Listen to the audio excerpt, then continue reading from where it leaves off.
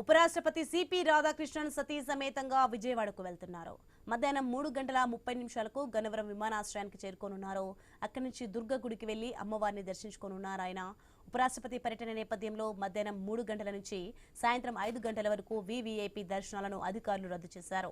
సాయంత్రం 5 గంటలకు పున్నమి ఘాట్ వద్ద విజయవాడ ఉత్సవంలో ఉపరాష్ట్రపతి పాల్గొనున్నారు. అనంతరం రాత్రి 7:30 గన్నవరం నుంచి తిరుపతికి పయనం కానున్నారు.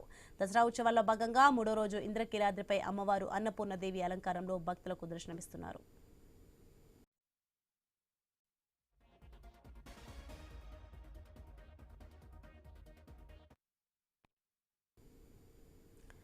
బ్రేకింగ్ చూస్తున్నాం. ఉపరాష్ట్రపతి సిపి రాధాకృష్ణన్ సతీ సమేతంగా విజయవాడకు వెళ్లనున్నారు. మధ్యాహ్నం 3:30 గన్నవరం విమానాశ్రయానికి చేరుకోనున్నారు.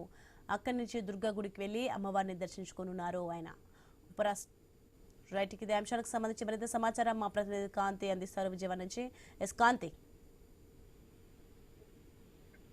ఈ రోజు విజయవాడకి రాష్ట్రపతి సిపి రాధాకృష్ణన్ రాబోతున్నారు. ఈ నేపథ్యంలో పటిష్టమైనటువంటి బందోబస్తును ఏర్పాటు చేయడం జరిగింది. మధ్యాహ్నం 3 గంటల నుంచి సాయంత్రం 5 గంటల వరకు ఆయన పర్యటన ఉన్న నేపథ్యంలో ఇంద్రకీలాద్రి పరిసర ప్రాంతాలన్నింటిలో కూడా కొంత బందోబస్తుని ఏర్పాటు చేయడం జరిగింది. దాంతో పాటుగా విఐపి దర్శనాలు అనేటివి పూర్తిగా రద్దు చేశారు.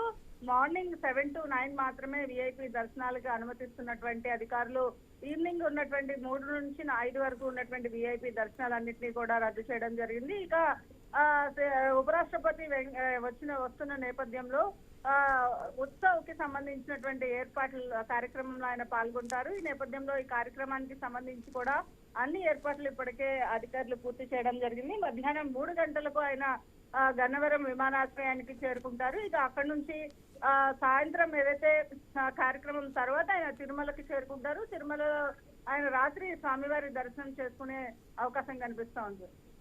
Right, thanks for the information Kanthi.